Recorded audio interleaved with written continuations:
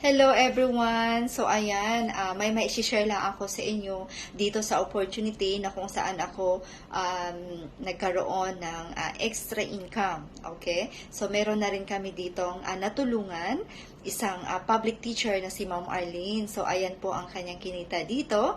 At meron din tayong isang mekaniko na kumita na rin ng ganito kalaki. So, ayan, diba?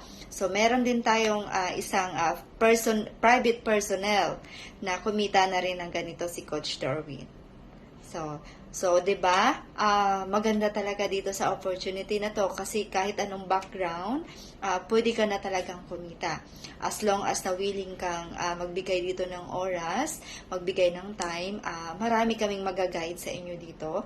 At hindi lang 'yun, maging connected lang tayo sa sistema na meron tayo na ginagamit, which is copy and paste. So kung ikaw ay interested dito sa video na 'to, this is for you. Okay? So mag-comment ka dyan ng how sa video na to or kung sino po yung makapag-post ng video ko. So see you in box. Bye-bye.